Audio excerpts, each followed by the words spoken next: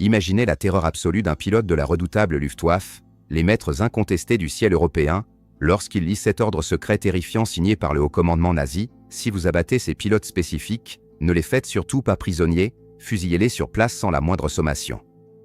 On vous a toujours raconté l'histoire de la Seconde Guerre mondiale à travers le prisme hollywoodien des Américains et des plages de Normandie, mais on vous a caché l'une des épopées les plus sanglantes, les plus glorieuses et les plus incroyables de notre propre aviation, une histoire de frères d'armes, de froid glacial, de sacrifice et de fureur mécanique à l'état pur. Asseyez-vous mes amis, bienvenue dans ma bibliothèque, car aujourd'hui nous allons voler aux côtés des véritables démons du ciel, le mythique et féroce régiment de chasse Normandie-Niemen, des hommes qui ont fait trembler le Troisième Reich jusqu'à ses fondations. Nous sommes en 1942, la France est occupée, humiliée, brisée sous la botte allemande et le régime de Vichy collabore honteusement avec l'ennemi. Mais depuis Londres, le général de Gaulle, refusant catégoriquement la défaite, a une vision stratégique et politique absolument folle et audacieuse. Il veut que le drapeau tricolore flotte et combatte sur le front le plus brutal, le plus meurtrier et le plus apocalyptique de toute la guerre, le front de l'Est, là où l'armée rouge affronte l'immense majorité des forces d'Hitler dans un véritable hachoir à viande à ciel ouvert.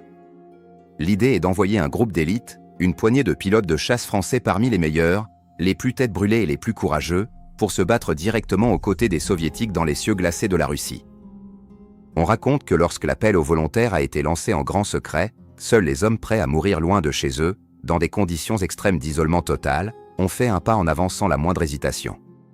Ces héros quittent tout, traversent le monde clandestinement, passant par le Liban et la rudesse du Moyen-Orient, pour atterrir finalement à Ivanovo, une base militaire glaciale située à des centaines de kilomètres de Moscou, où les températures plongent régulièrement à -40 degrés, gelant le sang dans les veines et l'huile dans les moteurs. Le choc culturel et climatique est d'une violence inouïe pour ces jeunes Français habitués à la douceur de vivre de la métropole ou de l'Afrique du Nord. Ils découvrent un pays ravagé par la guerre totale, une nourriture frugale à base de choux et de cacha, un froid qui brûle la peau dès qu'on enlève ses gants, mais leur détermination intérieure est d'un acier trempé que rien ne peut briser. Lorsqu'on leur propose de choisir leur monture volante parmi des avions britanniques ou américains flambant neufs fournis par le programme de pré-bail, nos pilotes, avec un panache et une insolence typiquement française qui forcent le respect, surprennent tout l'état-major en choisissant les chasseurs soviétiques de type Yakovlev, les fameux Yak. C'étaient des avions rustiques, faits de bois et de toile, sans chauffage, sans radio sophistiquée, sentant l'essence et la sueur, mais d'une maniabilité redoutable, d'une légèreté diabolique et d'une agressivité mortelle à basse altitude, exactement là où se déroulent les combats les plus féroces et les plus techniques. C'est ainsi que naît officiellement l'escadron de chasse Normandie, un groupe soudé d'hommes qui vont devoir apprendre à voler, à communiquer en russe et à tuer dans un environnement totalement hostile, soutenu par des mécaniciens soviétiques dévoués et des techniciens français travaillant main dans la neige, la graisse et la boue. La légende murmure que dès leur tout premier vol d'entraînement, l'agressivité sauvage et le talent pur de ces chevaliers du ciel français ont impressionné les officiers russes les plus endurcis, car nos pilotes ne volaient pas simplement pour survivre à la guerre, ils volaient pour punir, pour venger leur patrie occupée, avec une rage intérieure, une soif de destruction que la glace de l'hiver russe ne pouvait absolument pas refroidir. Ces aviateurs portaient en eux l'honneur blessé d'une nation entière et chaque rafale de mitrailleuses tirée dans le ciel blafard serait une déclaration d'amour à la liberté et une sentence de mort sans appel pour l'occupant nazi. Mais cet entraînement acharné n'était qu'un simple prélude, car au printemps 1943, l'escadron est enfin envoyé au cœur du brasier, sur la ligne de front brûlante, face à la crème de l'aviation allemande, les as impitoyables de la fameuse escadre Mulder, des vétérans bardés de croix de fer qui pilotaient les redoutables Focke-Wulf 190 et Messerschmitt 109. Le premier face-à-face semblant est imminent, le ciel immense de Russie s'apprête à trembler sous le rugissement des moteurs et le fracas des canons de 20 mm, et les pilotes allemands, persuadés d'avoir affaire à des recrues soviétiques inexpérimentés ou désorganisés, ne savent pas encore que la porte de l'enfer vient de s'ouvrir sous leurs ailes et qu'elles portent fièrement les couleurs bleu-blanc-rouge de la France libre. Le ciel de Russie n'avait jamais connu une telle fureur, un tel déchaînement de métal hurlant et de trajectoires suicidaires que le jour où les premiers Messerschmitt allemands ont croisé la route des Yak français du régiment Normandie, car dès les premiers engagements, la stupéfaction des pilotes de la Luftwaffe fut totale, absolue, presque religieuse devant l'agressivité sauvage de ces nouveaux adversaires qui ne respectaient aucune règle de la prudence aérienne traditionnelle. On raconte que lors de la gigantesque bataille de Koursk, ce choc titanesque où des milliers de chars et d'avions se sont entredéchirés dans la poussière et le feu, nos pilotes français ont littéralement survolté l'état-major soviétique par leur brio tactique, refusant de rompre le combat même en infériorité numérique flagrante, volant parfois si bas pour mitrailler les colonnes de Panzer que les flammes des explosions léchaient presque le ventre en bois de leurs appareils.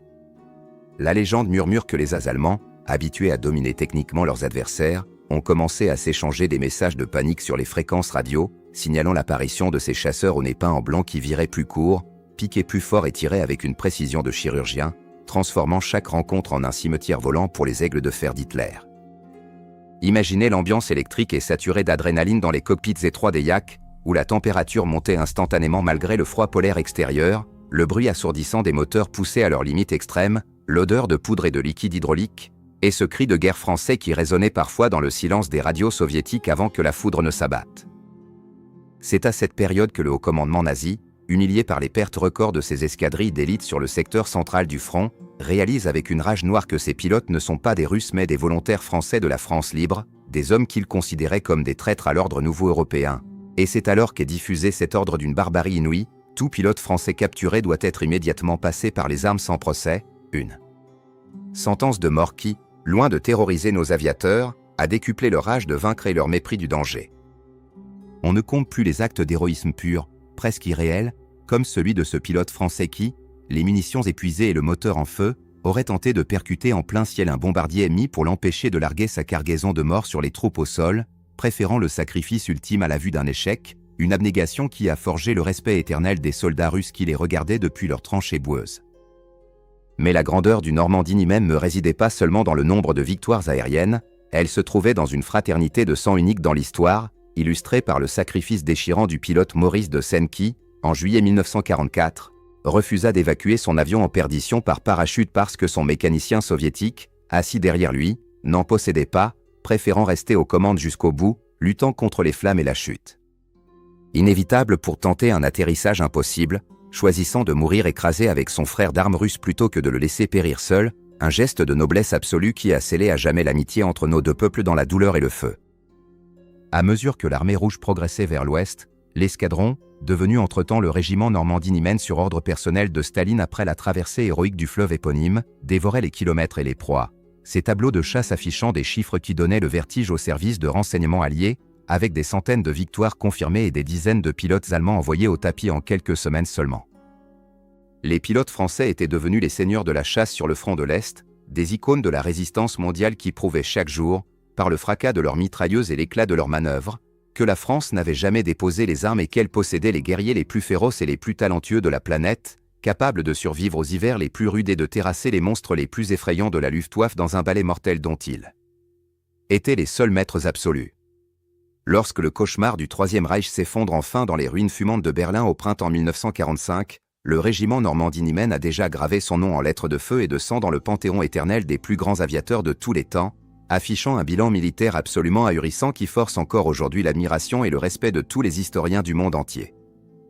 Imaginez la stupéfaction des états-majors alliés, souvent condescendants envers les forces françaises libres, lorsqu'ils découvrent les chiffres vertigineux de cette poignée de pilotes perdus dans l'immensité glaciale du front de l'Est, plus de 5000 missions de guerre effectuées dans des conditions climatiques apocalyptiques, 273 avions ennemis officiellement abattus et confirmés en combat aérien, sans compter les dizaines d'autres probables ou détruits au sol.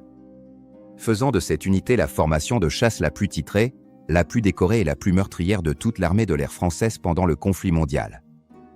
Mais cette gloire incandescente s'est payée au prix fort, un tribut d'une lourdeur tragique qui serre encore le cœur de notre nation, puisque 42 de nos pilotes, la fine fleur de notre jeunesse, des garçons au sourire insolent, au panache incomparable et au courage démesuré, ont laissé leur vie dans les neiges de Russie ou dans les brasiers de leur cockpit en flammes, sacrifiant leur avenir pour que la France puisse s'asseoir à la table des vainqueurs avec la tête haute et l'honneur.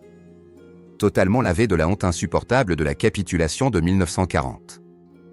L'aura de ces combattants exceptionnels, de ces dards empoisonnés qui harcelaient la Luftwaffe sans répit, était devenue si immense, si mythique, que le dirigeant soviétique Joseph Staline, un homme pourtant réputé pour sa froideur implacable, sa paranoïa et son pragmatisme impitoyable, prit une décision absolument sans précédent dans toute l'histoire diplomatique et militaire de l'Union soviétique pour honorer le courage inouï de ses frères d'armes étrangers qui avaient versé leur sang pour libérer la terre russe. On raconte avec émotion que lors des célébrations de la victoire finale, le maître du Kremlin a personnellement ordonné que les pilotes français ne rentrent pas chez eux les mains vides, désarmés ou par de vulgaires trains de rapatriement, mais qu'ils soient formellement autorisés à conserver leur monture de guerre, leur redoutable chasseur Yak-3, les offrant à la France en témoignage de gratitude éternelle, un geste de respect d'une puissance symbolique incalculable qui résonne encore. comme un coup de tonnerre dans les annales de l'aviation. C'est ainsi que le 20 juin 1945, le ciel radieux de Paris a vibré sous un rugissement de moteur grave et inconnu jusqu'alors, lorsque les 40 chasseurs soviétiques survivants, frappés de la flamboyante étoile rouge et de la glorieuse croix de Lorraine, ont fendu les nuages en formation serrée pour venir se poser triomphalement sur le tarmac de l'aéroport du Bourget devant une foule immense, en délire total, pleurant de joie et d'orgueil au retour de ces chevaliers du ciel qui revenaient tout droit de l'enfer blanc.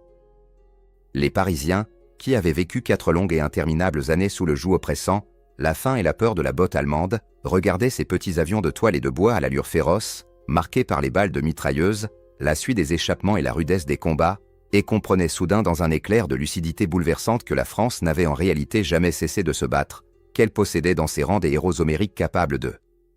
terrasser les meilleurs à Hitler, d'inspirer la terreur au cœur même de la machine de guerre nazie et de défier les ordres d'exécution les plus sadiques avec un mépris total de la mort.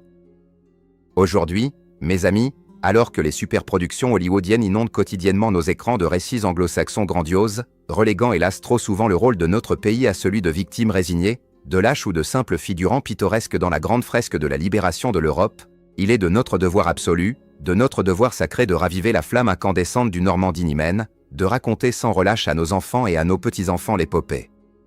sauvage de ces démons du ciel qui ont refusé la défaite, porté nos couleurs au sommet de la gloire militaire et vengé nos martyrs avec une sauvagerie magnifique. En refermant ce dossier majestueux, lourd de sacrifices et de victoires éclatantes dans le calme de ma bibliothèque, je ressens une fierté incommensurable pour ces hommes d'exception, et c'est précisément pourquoi je me tourne vers vous pour vous poser cette question cruciale, une question qui doit impérativement faire exploser notre espace de discussion. Pensez-vous qu'il est profondément scandaleux et injuste que l'histoire épique et sanguinaire du régiment Normandie-Niemen ne soit pas le sujet de grands films à gros budget en France et qu'elle soit si souvent expédiée ou ignorée dans nos manuels scolaires modernes?